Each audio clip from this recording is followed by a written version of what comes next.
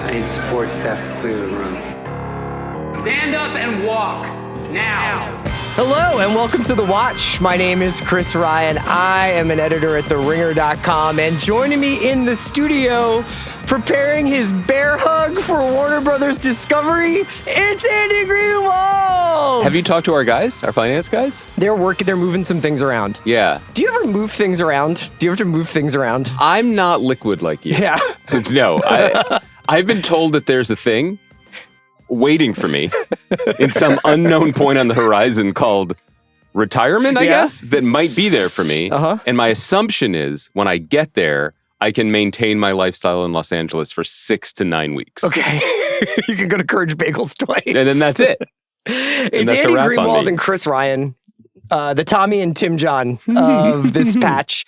Today on The Watch, we're going to be talking a little bit about the Netflix series The Beast in Me. And some other stuff. I Love LA, Chair Company. Right. I'll have a little bit of a note about All Her Fault. I'd like to hear about that. Series. I thought you were going to say I have an interview with, and I got so excited that you were going to. I have an interview with Christian Bale and Leonardo DiCaprio. They're just waiting outside. They wanted it to be a surprise. No, I get that. Many people are asking how I feel about Christian Bale's apparent imminent casting in Heat 2. I approve. Great. Yeah, this is good. What is good. What role is he playing? Do we know? This is the thing. I still think that there are shoes to drop, twists to be experienced, turns to be made. In like how this all shakes out with who's playing what in what timeline, whether they're gonna is Pacino coming back and being de-aged? Is Bradley Cooper in this movie? Who's playing young Waingro in the flesh? You've called me that on occasion. I think I have. Yeah. But I'm keeping my eye on it, obviously. A lot of things to keep our eye on today. There's a lot of news. Do you think, is there a chance that Heat 2 is going to be done like rep theater style, where they're going to switch parts? Like they're going to do one version of it with everyone playing one part, and then, you know, like when Philip Seymour Hoffman and John C. Reilly did True West. Yeah, and they would trade off parts every other night. Which one's better as Austin? Like, are they going to do it like that?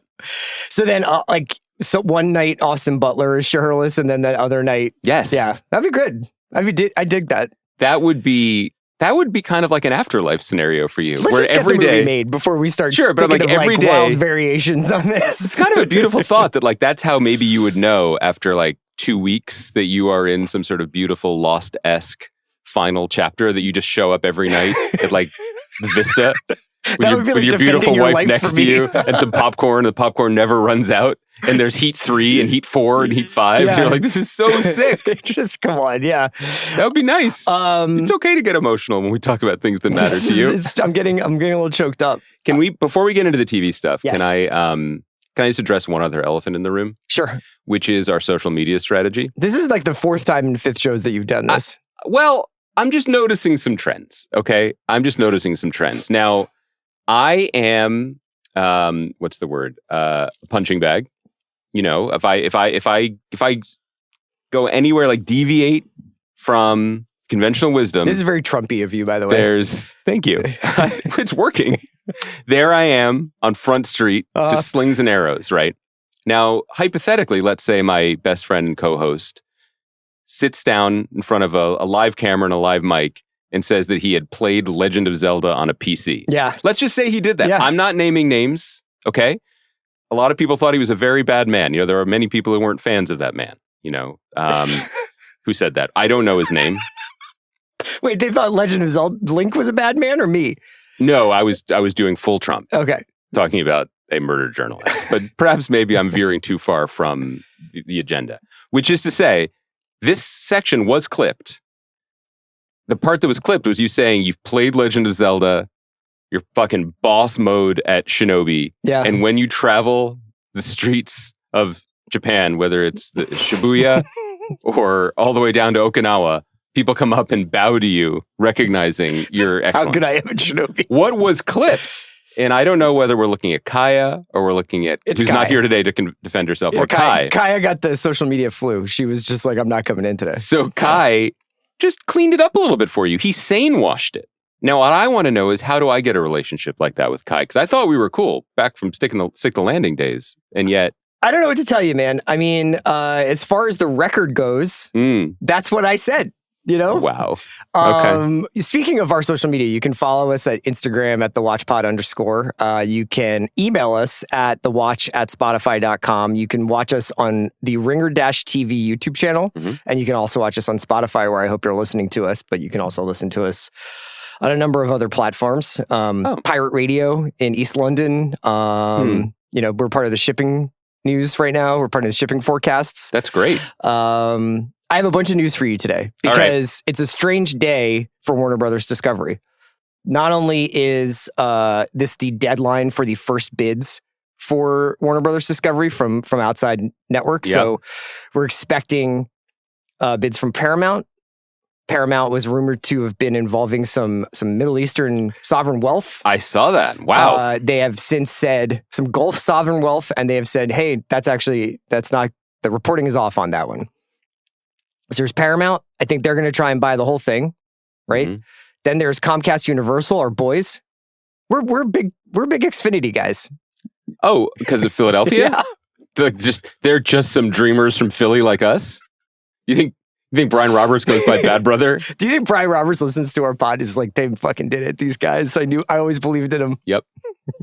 I'm going to say yes. Comcast is going to be apparently making a bid, I would imagine, for the streaming service in the studio. I don't think about the linear assets. And then there's this Netflix offer, which is apparently incoming, which is for, I would imagine, the same, the studio and the streaming service. And today there was some reporting that Netflix would maintain Warner Brothers' theatrical presence. That's what they told Ryan Johnson.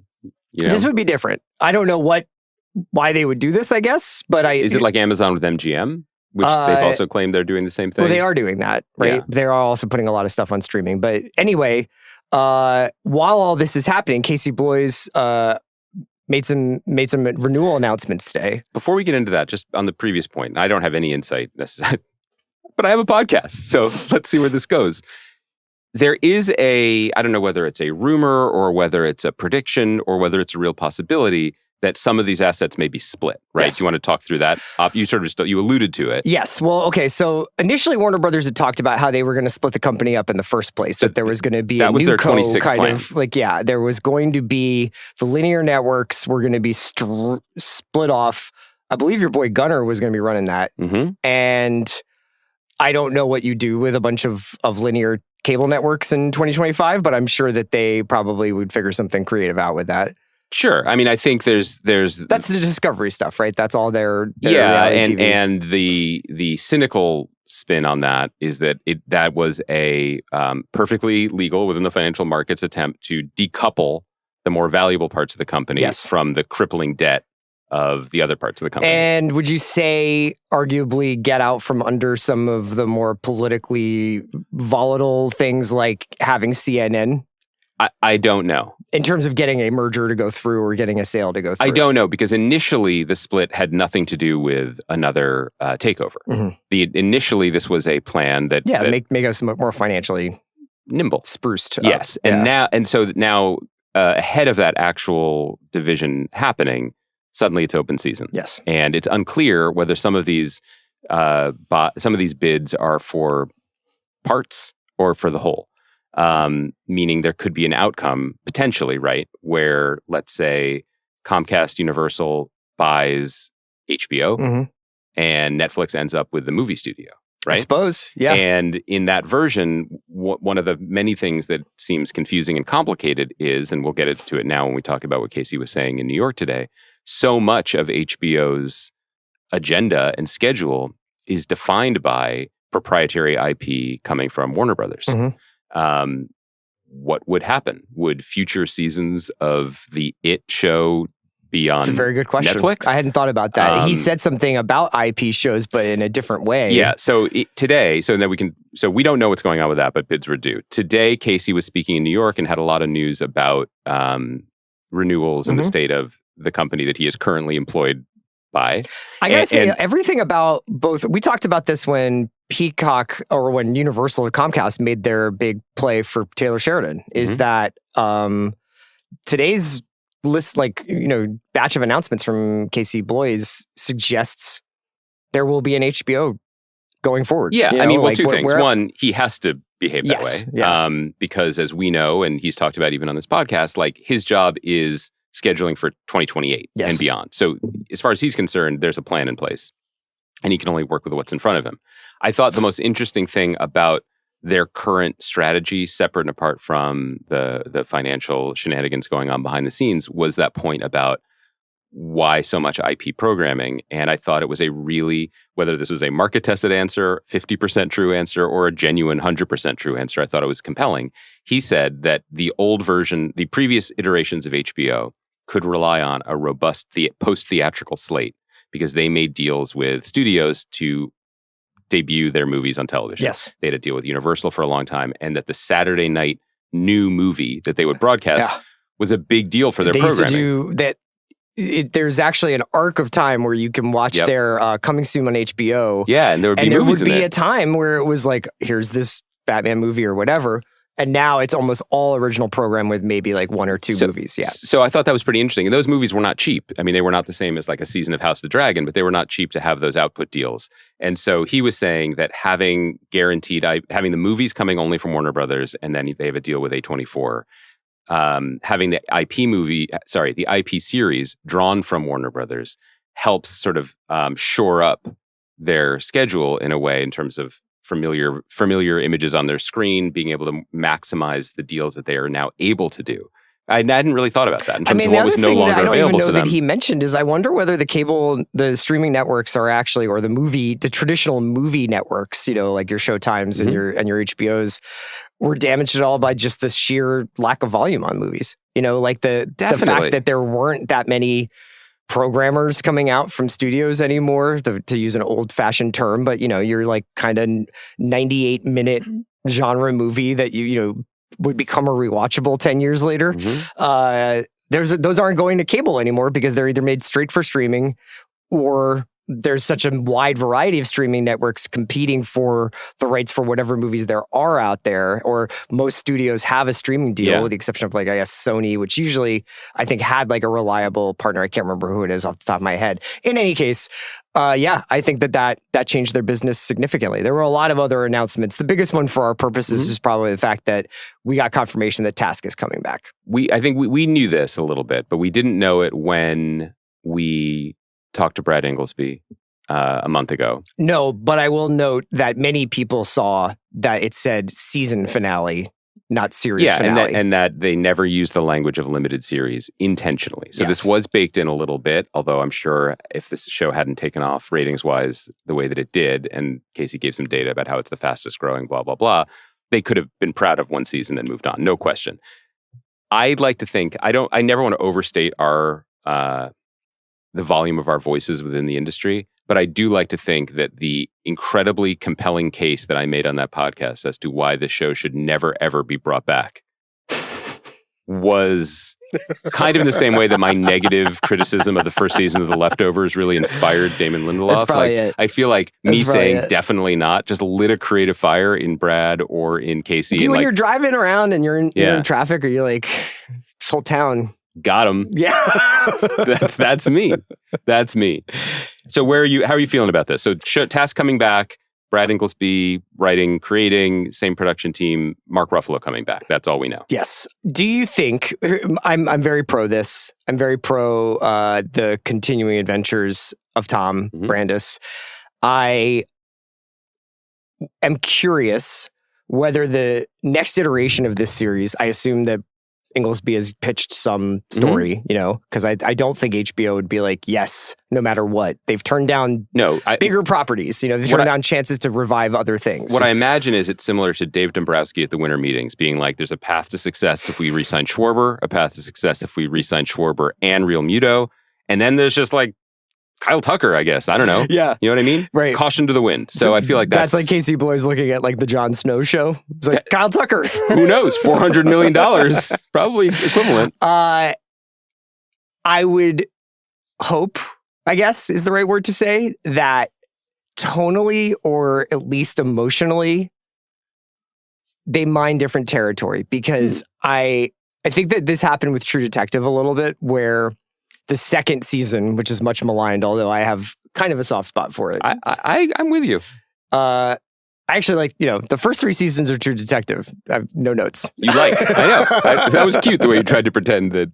Yeah. Part of the problem was that like you were trying to get other characters to speak in the voice of Matthew McConaughey, right? Like that sort of intellectual, philosophical landscape was being transported onto these other people, the Vince Vaughn character, the Taylor Kitsch character. There was some cool shit, but I'm just saying like it doesn't go 1-to-1. And I would even be into Task not having like a Heat-esque adversary for Tom. And look, I was joking about this before, but the Mayor crossover is sitting out there. Sure. And I don't know anything about that. People have obviously asked Brad Inglesby about that, and I think they've asked Kate Winslet about that. And what did she say? She was like, "I'd love to come back and play her." She's like, "I would break that news only on my favorite podcast." Good hang. Good hang with Amy Poehler. I trust them to put together an amazing cast and a cool story. Yeah, and I think you're right to bring up True Detective as a concern for anthology series, especially with that show. What became not just famous, but what I think the expectation that was created was a similar dynamic between 2 stars. And then there was the meme on Twitter that was really fun about, any picture of 2 people together was True Detective season 2 or season 3 or whatever. This has the correct chemistry, I think, in that it is a returning show with a format that invites ensemble and different styles of storytelling. Yes. It feels anthologized, and that it won't necessarily be the Dark Hearts or a similar setup, but you have Ruffalo playing. Do we have any? We have no, like the Dark Hearts are like. Dark Hearts are in disarray. You met the New York Times headline by Maggie Haberman? Dark Hearts in disarray. The Star Wars Crawl, episode 2. Somehow Perry has returned? Somehow Perry. He's so sick. All right. Yeah, the Dark Freddy's still out there. It would be cool if Inglesby cast his eye on urban Philadelphia, like the city. I think you're missing something. I think the real red herring in season 1 is the little magician kid. Like, he has access to all kinds of dark magic. But the Potter crossover is I'm about to say, there. as someone who's working on a show that is just rife with dark magic, it's all HBO, baby. A couple of other renewal announcements from Casey Bloys today at the HBO. Was this just like upfronts? What were they doing? I didn't even notice. A media event. Just making a media announcements. I Love LA and The Chair Company, 2 comedies. You laughed when I said that. I guess we'll get into that later. 2 30-minute things. Both renewed for their second seasons. Typically, that usually happens like the day after or the day of their finales or around the finales, the renewal announcements, but he made those announcements. Night of the Seven Kingdoms is also going to have a second season. That's before it's first. Obviously a layup. We are getting a 4th season of House of the Dragon. Ryan Condal has said previously that the 4th season would be the last season. Casey Bloys said, we'll talk about it. He also spoke, like you said, about that down market impact of fewer movies. What about White Lotus? Is White Lotus coming back soon? Well, no, he officially confirmed it's set in France. Oh, yeah. That had been reported, but he confirmed it. I also, there was one other really interesting tidbit that he even, I thought it was interesting. They commented on the fact that they have had the meeting about Poker Face. They've had the conversation. He said that they had the initial meeting when it was Natasha Lyonne. They took the meeting on that show, and that they've chatted about it. So you're making a distinction between meeting and conversation. Yeah. Well, I didn't say who he met with. Oh, you're saying like a Quaker meeting. Perhaps he stood up and said, "Only Peter Dinklage, in the spirit of the light within us, can take on the iconic role of Charlie Cale." There is that of Dinklage in all of us. Beautiful. I'd like to think that's true. I think that all of this is interesting in the spirit of the way you initially framed it, which is Casey's up there acting like there's still going to be an HBO. Yes. Not only that, all of these moves really feel like no shade, like a very reasonable and respectable attempt to put some order around an industry and perhaps even a company that is in chaos. Like, this feels like responsible stewardship in the sense that early renewals for the Game of Thrones shows creates a world in which there will be a Game of Thrones show on every year for the next 3 years, which was the mandate that was declared way back when the aborted Naomi Watts prequel series was filmed. Yeah. That was what was that called again? Blood Moon? No, there were a bunch of I don't know if we ever heard the official title. I think that may have been the working draft title, but it went away. Well, they shot it. Yes, but it never went to the phase of. So Night of the Seven Kingdoms coming January, and House of the Dragon coming in the summer, and then Night of the Seven Kingdoms coming back quickly in 27, which means they've clearly already well down the road of second season production, or at least pre-production, and then House of the Dragon in 28. Right. So that guarantees that kind of repetition. Similarly, like Chair Company, which I fucking love, wildly robust numbers, which kind of surprised me because that felt much more in the like somebody somewhere something for us kind of vibe. I think You Should Leave is like pretty popular. I think for a certain cohort out there, it's like that. This is like if Anchorman was on every week. That's how I feel. I love it. So early renewal makes sense. I love LA, super early renewal. But again, I think it's about building in some continuity, giving them creatively a chance to figure out what's going on, but also to just be back on the air, to give these shows a sense of cadence. I think this feels like a real return to pre-strike, almost pre-COVID behaviors. Yeah. We have a roster of things. There is stability. We're building from a place of strength. Like you said, like we have these cornerstone shows.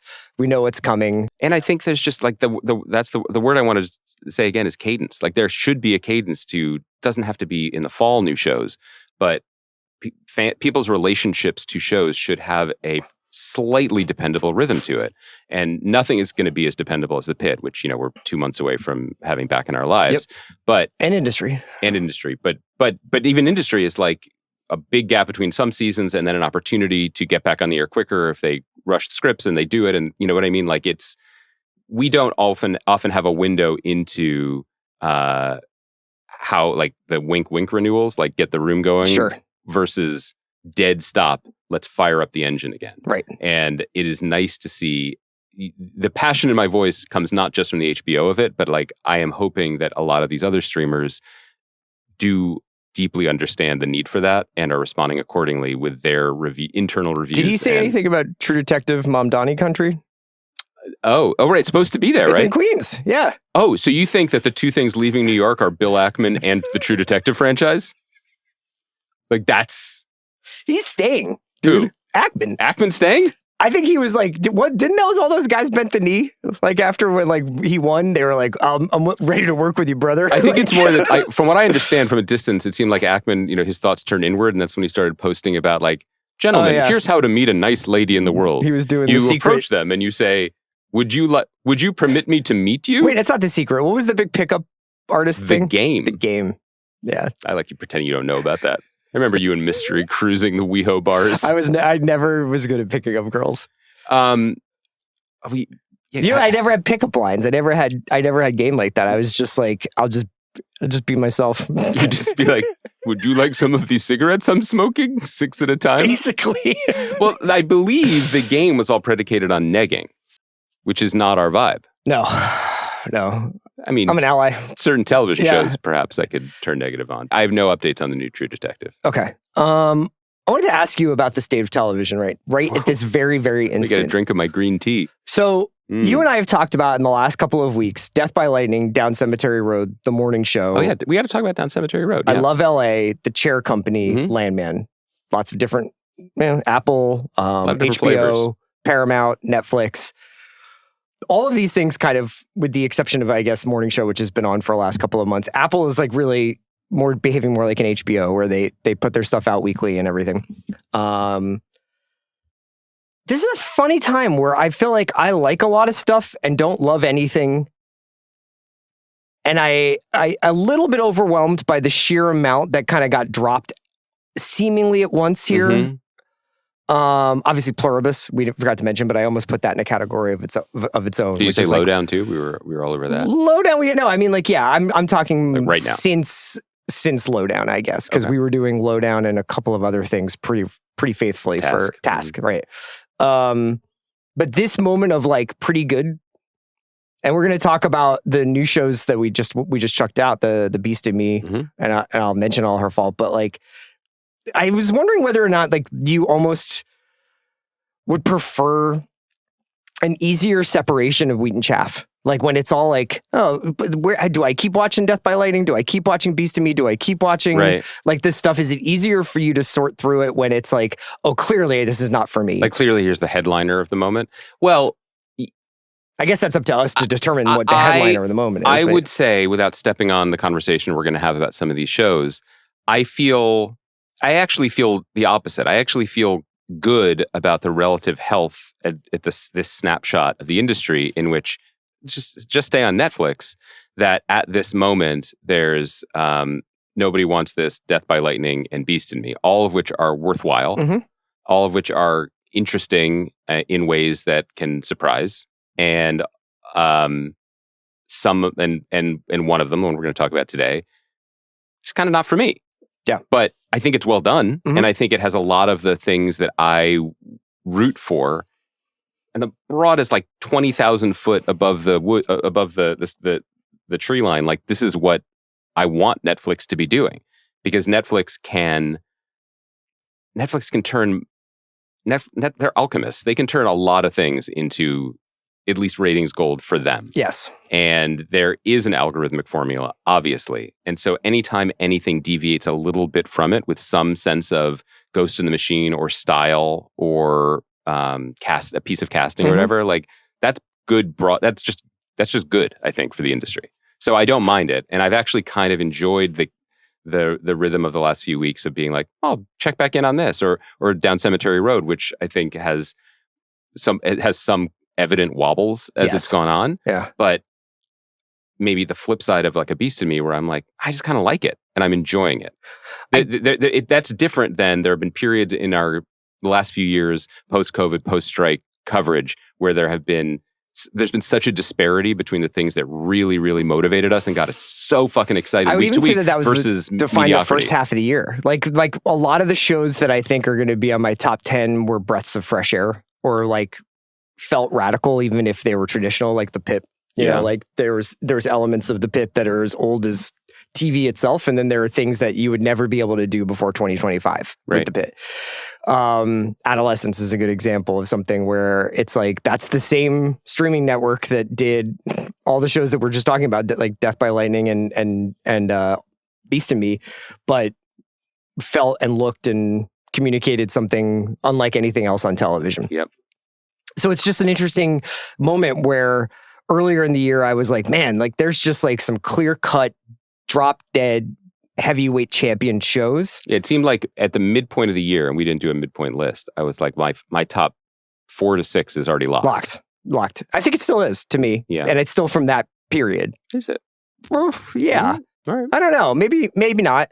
But this is like maybe objectively a better television watching in the traditional sense of like you could watch something any night and you could have your stories and you could have like, you could check in, and maybe as a nice respite, I guess. You know what I mean? It's two different ways of doing TV. Do you want to get into Beast in Me? Well, what do you want to? All Her Fault is there? All Her Fault and Beast in Me seem to be. They dropped around the same time. They seem to be doing very well. Yes, All Her Fault sounds like it's a giant hit to the extent that I can understand minutes watched as a metric. As a metric, yeah. And again, like we can be critical on the show, but I am still very much like rising tide lifts all boats. Like I think it's good for distinct services to have hit shows before they all start buying each other and cannibalizing everything. Right. So it's good for Peacock. But I've not engaged with the show. Do you want to? Are there common threads? Because they seem. I would say that there is an element of it that is for both female lead crime, but I would say closer to feeling true crimey than they feel like crime fiction. Could they plausibly switch titles and still exist as a show? Because I do think, having watched one Beast in Me, All Her Fault could be the name of it. There is an aesthetic. Okay. A shared aesthetic, I think. They're both about well-to-do pockets. Say more. You know, no, I mean, and All Her Fault is a little bit more. And this is based on a novel by Andrea Mera, and it stars Sarah Snook in her first big post Succession role, and Jake Lacey's in it. Dakota Fanning is in it. Like got a really good cast, and I think it is grabby. I would put it that way. I will not swear on a Bible that I have been attentively watching. To be honest, like this is something my wife watched, and I've like kind of walked in and out and checked in on it, and then watched the end of it. By the way, that is also like what parenting is between the ages of like 4 and 9. You know what I mean? Like you're not in the be careful of the edge of the coffee table. You're Chainsaw Man conversant, but not necessarily like. Well, also, you don't need to be in the room the whole time. Sure, you just need to keep an eye on it. That's how we were raised. I mean, beyond.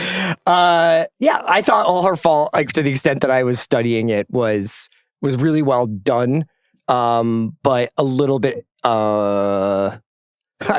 I don't want to say convoluted because we also just spent 40 minutes talking about Landman the other day. Also, you have already prefaced this by saying that it did not have your full and undivided attention. Exactly. So yes, there are some connections between that and Beast of Me. Would you recommend it, or what's the Phoebe word on it? She compulsively watched it. Okay. So I think she thought it was a bit silly in places, but it was like, I must get to the end. Which is really like probably a good recommendation for a show, because there are lots of series where I'm like, I don't care. Beast of Me. Interesting pedigree on this one. So this has been kicking around for a little while. I believe like I saw it was like 7 or 8 years ago, Gabe Rotter wrote the pilot or really like started working on this. But this has kind of now become, in this iteration of whatever it was going to be, a hybrid of some people who used to work on 24 and Homeland in Howard Gordon. Yep. So clearly Howard Gordon had a pre-existing relationship with Claire Danes, her seminal role as Carrie on Homeland. They bring in a TV star-heavy, like top of the line acting crew of Danes and watch favorite Matthew Rhys. The best. You may remember our side podcast, AM to the PM, about Perry Mason. Now it would be AM to the BM for Beast and Me, but that sounds real bad.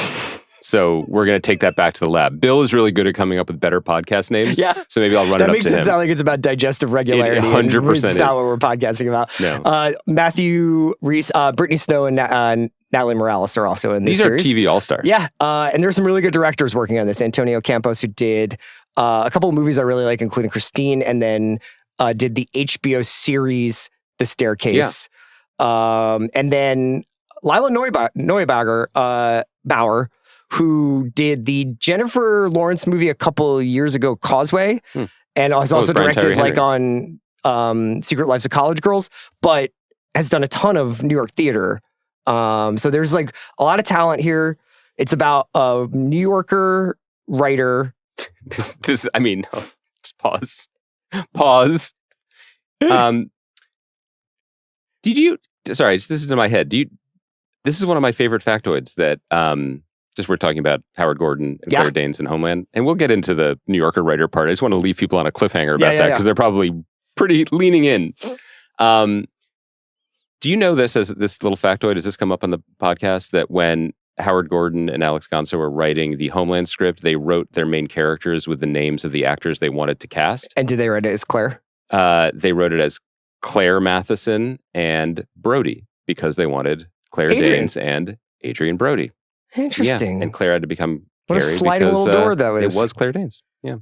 The Beast of Me is about Aggie Wiggs, who is a famous New Yorker profile writer. The name. And memoirist. Yeah. Who is living in the shadow of a personal tragedy, the death of her young son in a car accident caused, she believes, by a drunk driver. Yes.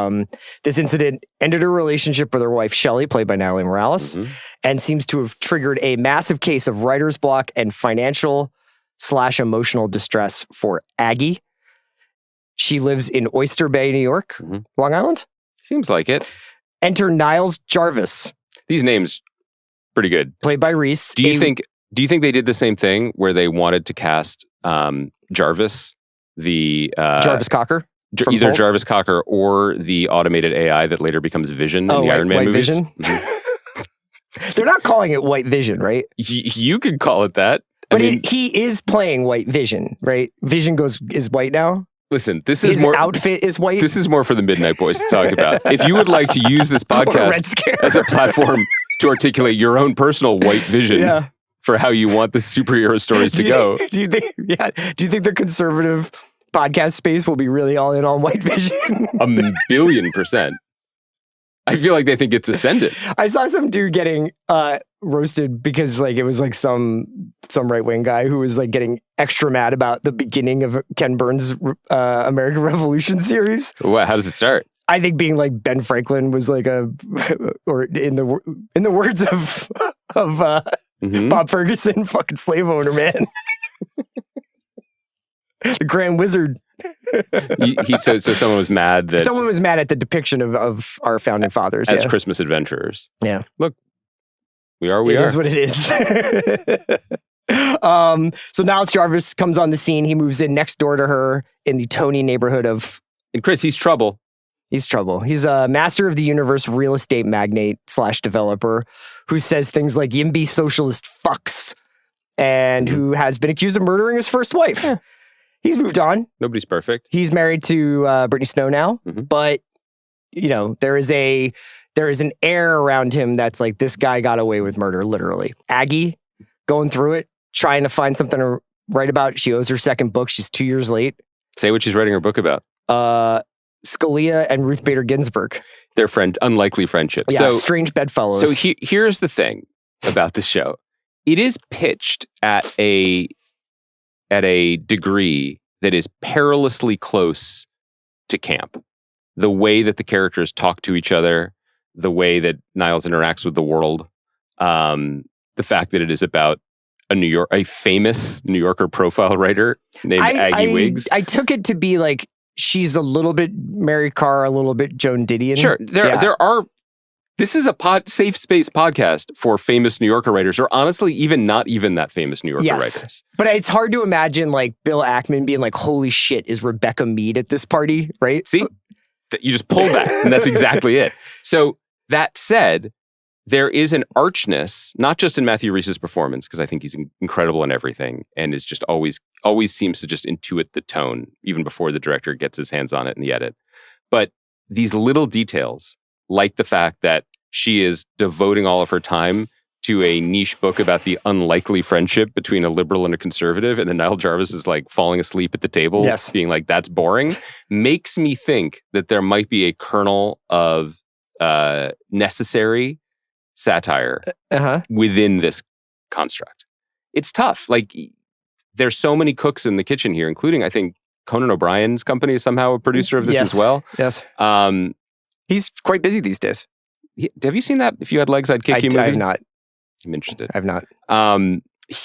So there's just so many cooks in the kitchen, and then when you get to Netflix and they have their mandate for the type of show they want to make, and then you have Antonio Campos, who is a director with real style, and I was drawn in immediately from just the way the show does the title cards. The title cards are awesome, and there's a lot of voyeuristic surveillance state kind of long zooms and lingering looks. There is also a lot of what seems like Netflix house style shallow depth of field. Like here are two people that like they are in perfect focus. Everything around them is basically it looks like it could be a slate behind them. So it's like I vibed with some of the style. I've hit my head on some of it, and then some of the content too. Of like, are we hiding the ball about this guy, or are we celebrating it? This is always a tough tonal one. Like, as he's moving in, his wild guard dogs attack Aggie's house and menace her tiny dog. And I actually, in that moment, made a promise to myself that I almost don't want to admit here, which was, if this episode ends, as it inevitably will, with her dog, or actually her late son's dog, Steve, dead because of these big dogs, I'm out. Not because I particularly care about Steve, but I was like, but that's just been telegraphed. The show ended with a different death. So now maybe do I have to watch another one? But I am curious, just because I don't know if I'm articulating it right, but like the basic outlines of this show, it's just fucking Netflix catnip. Like, it makes sense. And then it gets chefed up a little bit in the kitchen with a Claire Danes, with a Matthew Rhys. Jonathan Banks is showing up in future episodes as Niles' dad. Like, it's classed up. Is it slyly commenting on our appetite for this type of programming? Does it have something new to say about it? No, I don't know. It doesn't need to. So one way to find out would be to continue watching it. I'm not ready to commit to that because fundamentally, I was like, I watched this and I was like, it's a little bit like Cantaloupe or something, where I'm like, I recognize this is probably a very, very fresh example of the form, but I don't love the taste. I think you're identifying something interesting where the thing that's kept... So I watched like most of the second episode. And there's something about tonally, Danes is doing Claire Danes. Like there are no normal... There is no easygoing Claire Danes performance, right? Like I thought she was a little bit modulated from the last time we saw her in Fleischman is in Trouble. Yes. There are different parts there, but I thought like, there's a core intensity to Claire Danes' parts. You know what you're getting. And usually her characters are in the throes of a great personal crisis. She is doing one thing, and Matthew Rhys is doing something very different. And they're not always in lockstep, and I think it is at once weird for the show. So sometimes when you're watching, you're like, what the fuck is he doing? Like in a cool way. Like in the lunch scene. He's hamming it up. Like every scene is like, I'm absolutely chewing it up here. Yeah, and it's borderline. I'm like, why is she a passive participant in this? Yeah, I mean, like, why does she sit there? And and yet, I think they are starting to scratch at the you and I were not so different thing about like bloodlust they talk about in the first episode, and about, I think there is an implication that as a writer there's something cold and calculating, and that you would go through your own personal life. Her big memoir that she wrote was basically not an assassination, but like a takedown of her father and her life with her father. It's called Sick Puppy. And the idea that you could write something and expose family secrets is like this kind of, hey, well, I'm a killer, like I'll kill my own family bloodlust, metaphorically. And so I think that they recognize something in each other, but there's something interesting going on both, because like, I don't know scene to scene exactly what I'm going to get. There's a lot of, they add on a lot of, not filler, but there's like an FBI agent, there's like the money troubles, the book delivery, like all this stuff. There's a running path. This running path, are they going to get this figured out? I don't quite understand that. Do you think he's interested in, maybe could be convinced to try trail running? Well, I think he wants to have a paved jogging path for himself and for his neighbors. But she's like, what about a walk in the woods? Which one do you go with? Inside of you, there are two wolves. One likes a paved path. I gotta admit, the older I get, the more I appreciate a graded, like just like flattened piece of pavement. I'm also sorry. I'm just really hung up on the idea. You said you checked out some of the second episode, and I am picturing you. Yeah. Okay. I appreciate the honesty. I thought you were walking in and out a little bit. No. I started, like, you got to the end of one. I was like, I'm pretty compelled. And I started two. And then I think I got midway through and fell asleep. I'm just picturing you with the Dan Campbell glasses, just like wandering in, like looking over the edge of them, being like, no, Dan Campbell's calling the plays, brother. I know. That's why he's got a lot in his mind. He can't just watch the second episode of some shit. The culture is failing in Detroit because Dan Campbell's too busy calling those fucking hitch patterns. Do you think it's falling apart? You can't do everything. Wow. Trust me, I've tried. You truly have. I think you may have broken a seal here, because I don't know if we've ever actually confessed to falling asleep during television shows on the podcast. If so, I watched an hour of it and then I got like 90 minutes into it. So I'm doing the work. I mean, we could just like use a different filter on my face when like I've told, I shouldn't give Kai ideas, but like, I'll put it this way. Like I, as you know, like I'm currently, Zooming to work on England hours. Yes. So my attempts to watch lots of television to catch up last night was really cooking. And then, I woke up like really worried and shocked and like, like almost like body horror, like where am I? Yeah. And on the screen was Chair Company 106, where his like teenage sons are demanding that he do the Pee Wee Herman dance for them at his birthday party. And I guess the punchline of the story is it was 7:16 at night. But you gotta watch out, man. You're gonna flip your schedule. It's gonna be dark. Anyway, I am going to keep watching this. I understand if it's not for you, but this is kind of where we are. We have a bunch of shows that we've sort of like started with. I think you're maybe a little higher on Down Cemetery Road at this point than I am. Last thing on Beast and Me, I think the other piece of it is when we're budgeting our time as viewers, like this is 8 episodes, and I watched.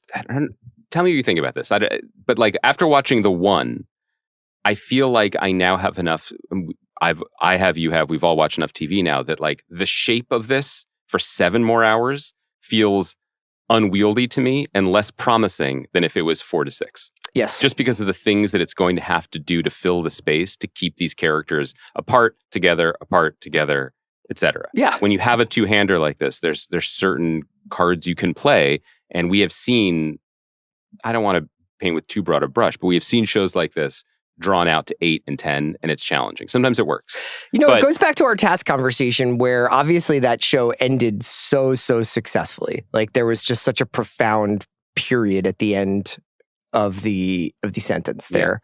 Yeah. And the fact that it's coming back for a second season is fantastic. And I think what it'll be is a new paragraph. But it's difficult when you're like, I know we're not going to have the continuing adventures of Aggie Wiggs. Kind of like, do you know what I mean? Like you like, you're right. There is something about like 8 is a lot for finality. 8 is a lot for a story that is moving only in one direction towards an end. Yes, that's a better way of putting it. It not always. I mean, there are examples that I don't have access to at this moment because, as I just said, I've been up and working since 5. But there are examples of that.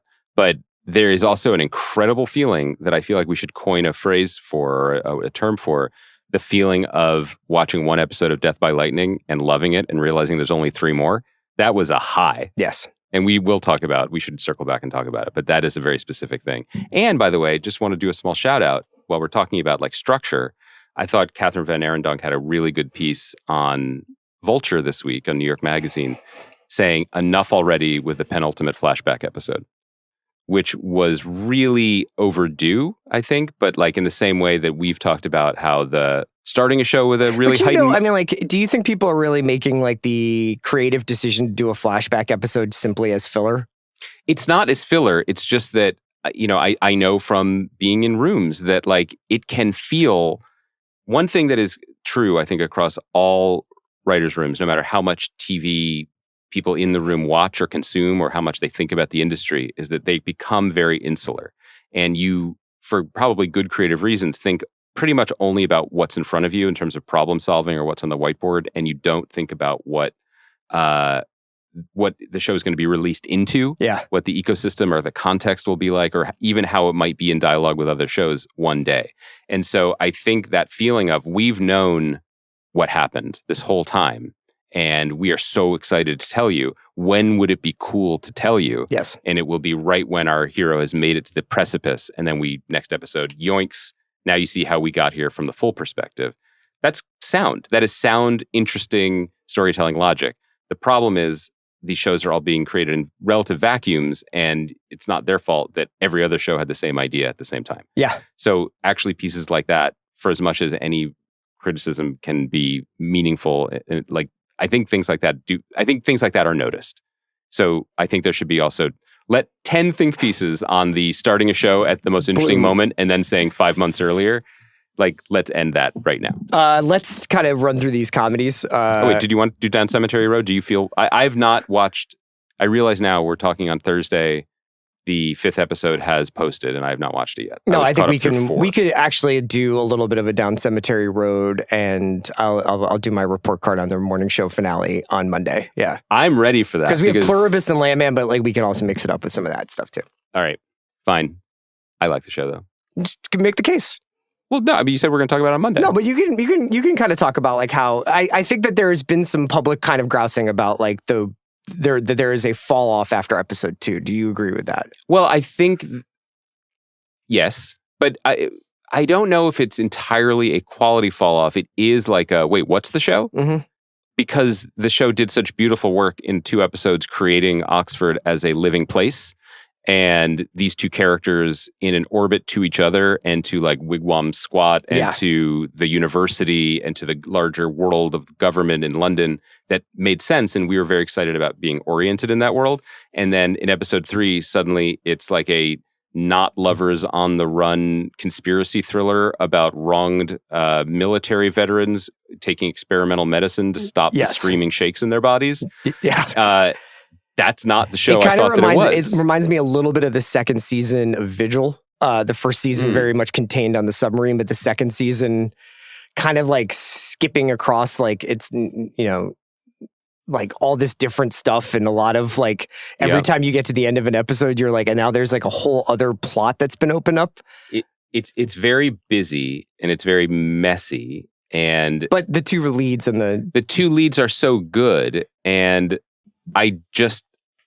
so far I don't find it cloying that the show becomes charmed by ancillary characters, like I think in the 4th episode at the motel, there's the desk clerk who is, when you meet him, you're like, oh, well, he's playing this way too much to be just someone passing. One scene. And then he comes back 5 more scenes. Yes. I appreciate that generosity of spirit. Yeah. The logic of like Ruth Wilson's character being like, 24 hours ago, I saw a girl on a bike, and now I am a single vigilante on the run hunting for cars and guns, does jive with how I thought the world worked in my 20s. Sure. Maybe that would have been a successful pickup line for you at LA bars and hotspots. I mean, sometimes I actually think this is about the Mick Herron stuff, which is, he's obviously the author of the Slow Horses series, and he's the author of, I believe it's a series of Zoe Bowman books. I think there's more than one. Is that Yeah, there's 4. The shagginess of them as a novel does not actually translate 1-to-1 to TV, you know, and that you do get this sort of more, I mean, I think they've done a really good job of paring Slow Horses down to its bare essentials. Yeah. And keeping the things that they really want, like Jackson and River's relationship or whatever. And obviously Standish is like, they do a really good job with the book to TV highway. But this one, I'm almost like, this feels like it would almost be a fun page turner. And I wouldn't be like, why are we on the run now? But on TV, you're almost like, I want a kind of repeatable experience. Yeah. And so I guess we'll see. I mean, I'm enjoying it enough to see. But to your point, I wonder if it would have been less thrilling in 2 episodes, but more rewarding over 4 seasons if they had just made the decision that it's Zoe and Sarah as unlikely investigators in this town. Yes. And left it at that. And let the plot run through them. That's not what's happening. What's happening on the chair company? I mean, I feel like I gave a lot of it away to you by saying that there's Ron's son's birthday party in which Ron is asked to do the Pee Wee dance, and then he doesn't do it, and his son is so upset by that he binge drinks, and then as they're singing "Happy Birthday" to the cake, he vomits because of alcohol consumption, and a large man picks up the cake, places it over the pile of sick, and says, "Don't worry, it's covered. You don't have to look at it." One of my favorite things about you is how much you like weird comedy.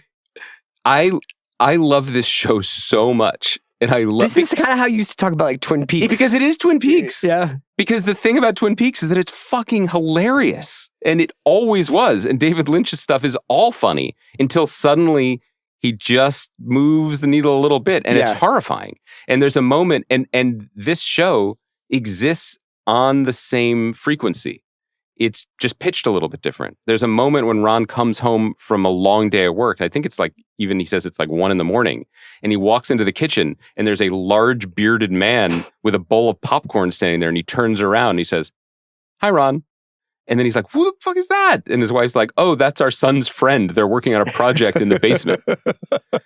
But it's in the same place as horror and everything else. And it's so mundane and crazy and weird. And, it's also this episode, Ron, in order to try to like jazz up their development, pitches Lou Diamond Phillips how not only should it have like terracotta color scheme, it should have a CBGB's awning when things were like really cool.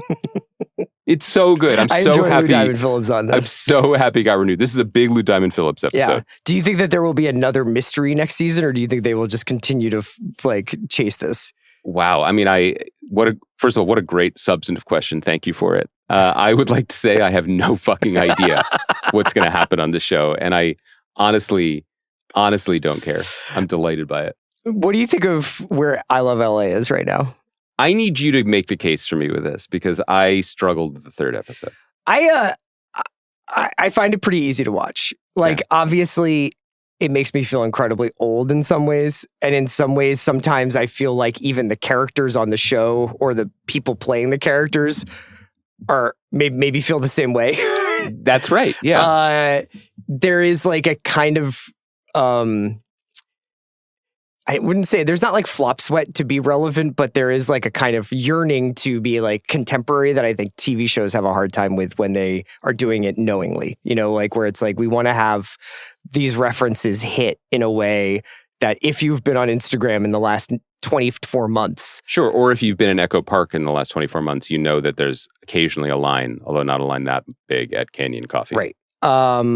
But I am finding myself like, I think the initial criticisms that we had of it, that it was going to be, there's like a little too much influencer mechanics drama. Yes, I'm really just not that interested in that. I did find the Coke Larry stuff with Josh Hutcherson to be really, really funny. And I am enjoying his sort of performance. And I'm starting to, I think, get the rhythms of Rachel Sennett in this show. No better expression of your own white vision than you being like, the hero of the show is Josh Hutcherson, the slightly older, normal guy who doesn't want to get embarrassed at work for being Coke Larry. Like that is, I see the white vision. I just really liked it when she's like, I'm not on guy Twitter. I don't know what this That's is. fair. Yeah. Like the Michael Jordan meme. I don't know.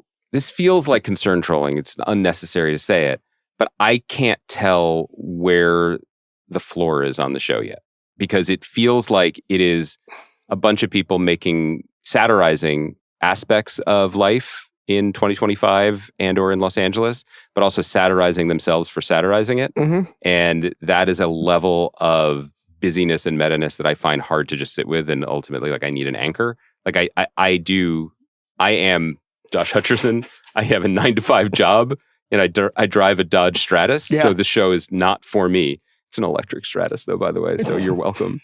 But I enjoy it while you can, man. Well, I get no benefits anymore. I know. Other than moral clarity and slight smug superiority. I do need an anchor of like, where am I oriented in terms of caring for people, caring Why for their journey? Why do you not need that in Chair Company? Because I think Chair Company is profoundly funny and creative and skewed and aesthetically so specific that it is kind of art to me. And it just reliably makes me laugh. It is pure comedy. And I think that if this show and this spirit and this aesthetic was a 6-minute Funny or Die sketch or 90-minute movie satirizing influencer culture in LA, it would succeed on the current terms.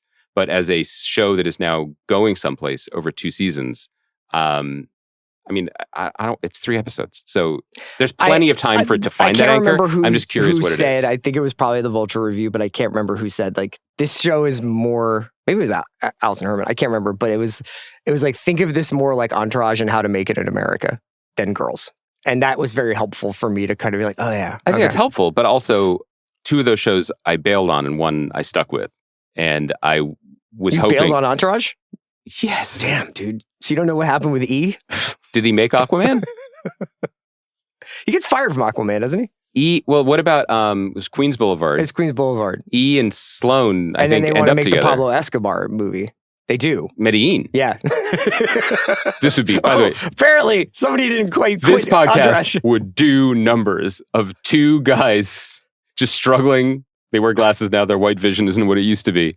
Like, just to remember plot points from a show that one of them claims to have not watched. You know what, how when, if any rap song released from 1989 to 2002 comes on, I'm like, I know all the lyrics to this. Everyone, yeah. That's how I feel about Entourage episodes. Oh, word. I could not, if you were like, do like any number of Big L songs off the top of your head, I would be like, I could not. But if I heard 2 beats of it, I would be like, here's all the verses. That's how I feel about Entourage. I could not tell you a single thing off the top of my head about Entourage, except for the fact that I know every episode of Entourage by heart. That's amazing. Yeah.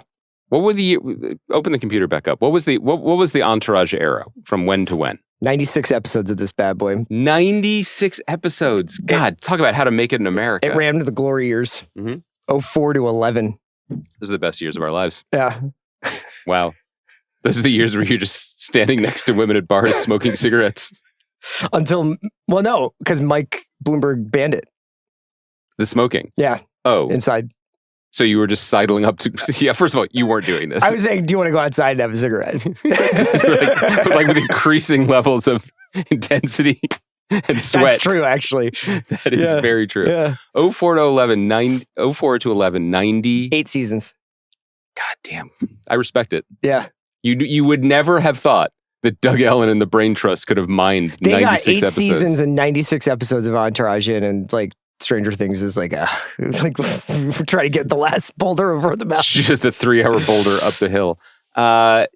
What are your, for I Love LA, what are your, put on the Dan Campbell glasses, except now I'm going to switch sports. No, you're at the combine. He's like this, looking at his play call sheet. Yeah. Because he doesn't want, up here, he doesn't want them to be messed with, but he needs there's readers. Yeah. Okay. You're at the combine and you're watching I Love LA do the weird like jumps and shit. What are the traits that give you some confidence? Not that it's going to go 8 seasons, but that it is going to smooth its journey into something that is like a dependable player in this league. The Odessa Zion character can go in a lot of different directions. And she's phenomenal. And she's a dynamo. Force of nature. And I think that they could, she could be in an A24 movie. The character. Yeah. Yeah. She could be Charlie XCX. Like she can go and do a bunch of different things and they could get into a lot of different pockets of the entertainment business. I hope actually, I understand why the influencer thing is like actually probably more authentic to these characters and probably more authentic to 2025. Yeah, it is. You know, I think it's hard. I was talking with Fantasy the other day about how, you know, there's, you know, a lot of anxiety around the media business now and where nobody's sure. And I was like, you know, who doesn't have that as video games? True. And like Shinobi? No, but just like in general, like video games, like we've always had this experience where like whenever everybody is like, God damn it, where am I going to string 2 pennies together? Video games are like, how about $25 million? Oh, like how much these are making? Yeah. And I was thinking like, that probably makes sense. Like influencers, when everybody's just like, is Sydney Sweeney actually a star? And it's like these influencers are like, I make $9 million a year. You know, I think the most, but I also think this is, and we have to I understand why they're doing that, but I wish they would put her in some other stuff. I also feel like this is copping to our like, look, you guys are listening to a podcast hosted by people who should just be reading Robert Caro novels by a fire. I finished Vineland, bro. I know, respect. You know what I did? Yeah. I finished Vineland, which was like hard for me because my brain is shredded mozzarella now. I finished it. Yeah. And much like Coop in Interstellar, I used the fucking momentum of the black hole. You swung around. And I immediately started an easier book and read like 45 pages. That's smart. Because that was like Barry Bonds with the donut on his bat and takes it off, or juice, you know? Like you also injected yourself with fucking so much testosterone. Yeah. This is really Balco, This is really. I do want to finish the other point, but I want to say this is elite reading advice. Yes, because I did something similar where I finished a more challenging book and then I flew. By the way, I also want to address for the record. People were commenting on this. Why didn't we sit together on the flight home from England? First of all, different flights. Different flights. Done. Second of all, intentionally different flights because I love you and I hide nothing from you except my airport self. I do not want to see anyone at the airport or on an airplane, ever. I don't want to talk for 10 hours. Yeah. But I'd hang out with you. Well, like in the back of the plane? Yeah, I get it. I mean, Virgin, first of all, has those like little bar areas. Yeah. I'd love to just get a little chin wag with you mid-flight, talk about some of the turbulence. I'll just text you from the left side of the plane. You don't want to see me in turbulence. What are you like? What am I like? Yeah. You make it sound like you're like a cave troll. What's wrong with you? Well, first of all, it's tired, like, because I take the early flight. You took a later flight. But also, like, it is peak, like, hood up. What have you just handed me? This appears to be some sort of like Stouffer's pan. Doesn't matter. I ate it. Like I am definitely. You know, just I say this to you. Yeah. And now I'm remembering that one of my flights when I went to England a year ago. Yeah. I was flying back and Jesse Armstrong was sitting in front of me. No. And I think I was texting you and you're like, you should say hi. You should say what's up. Yeah. Here's the difference. I was like full sweatsuit, like sweatsuit to the point of like rules don't matter. Yeah, there's no part of my body that's not suited in sweat. Yes. And I'm watching fucking, you know, a cricket documentary and rolling around trying to get my back feel good. Jesse Armstrong sat straight up and read the Financial Times for like 11 hours. Yeah, look, this is what keeps And I was happening. like, I'm not ready to see him. I'm not ready to have the awkward like, hey, I don't know if you remember me. We had 2 podcasts together, but like now these are not people that I personally know, but I keep flying with like Andrew Scott is on the flight and he just looks so tussled and rumpled. I'm like, well, let's see you in 11 hours, pal. Fucking looked amazing. Yeah. Yes. Hugging the stewardesses afterwards. You know, I have now flown from LA to London multiple times with Theo James. Let me tell you something. That guy ages like wine on flights. Exactly. He's probably going back in age just because of the time difference. He looked, you're right, he looked better when we got there. That's why those guys do that flight. Is to stay travel. He just never put his feet on Earth, so he's actually only 29 years old. Yeah. Very humbling. Last 2 points that we were talking about. That is elite reading advice. If you read something hard, it is like with the weights, then you read something easy. Coming off that flight, I was like, I'd like to read a book, but also I'm completely jangled. Picked up an old Don Carpenter novel. Yeah. Had one of the best reading experiences of my life. Which one did you do? A couple of Comedians? Couple Comedians is a perfect book. Yeah, brother. Come on. Second, back to I Love LA for the people who are really hanging on for the last observation. I don't want to bring this part of myself to it, but I must, which is to say that it is incredibly accurate to Los Angeles and the state of the entertainment industry, that it is like panhandling for crumbs from Tresemme, or fucking Balenciaga is going to email you a message about maybe sending you a bag, and then 10 seconds on TikTok have to be answered to, and at Chifa where you have to order the whole menu and it's going to bankrupt you. Very accurate. I also find all of that so deeply depressing. Who's that accurate for? Life in LA. Okay. And the entertainment industry is down to these kind of like crumbs of influence and branding and selling out. Like that is the entertainment industry, basically. Yes. Season 3 of Man on the Inside apart. But like that is basically the entire entertainment industry. Season 2. That bums me out so much that I don't want to necessarily find the humanity in it. Do you know what I mean? I see. I don't know if the show wants to either. I think everybody realizes that we're just like, we're just last orders. You know what I mean? But last orders at Chifa. Last orders at Chifa. The rabbit is to die for. Do you think we did a good pod today? I think there were moments when I was worried, but then you started talking about white visions and I was like, let's cook. Thanks to Kai. I thought it was good. I think Kai has a lot to work with, and I think he's going to slant things a little more wide. Because I'm working the refs. The most excited Kai was when we were talking about Key Glock before we started recording. When you and he were talking about Key Glock. Yeah, I said, have you listened to Key Glock? And Kai is just like, Key Glock's fucking amazing. I think I'm coming back for rap. I feel it. This is exciting. Yeah. This is a good zag for you. Which camera are you saying that into? You're like, hello, Rap Caviar playlist. Would you like to hear my white vision? No. Yeah. I do my own research.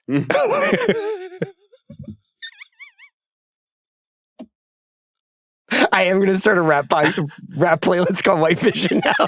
You should. And I'm going to use Bettany. It's just all tracks. Bettany from Margin Call, not from Vision. No, of course. And it's all tracks by that dude, Rhys. That's it. Great. Thank you for listening to The Watch. We'll be back with Pluribus episode 4, Landman episode 2. The people have spoken. I have to watch it. Landman? Yeah. You can do what you want. It's a free country. That's what Landman says. Yeah. And I believe it. Yeah. I'll watch it.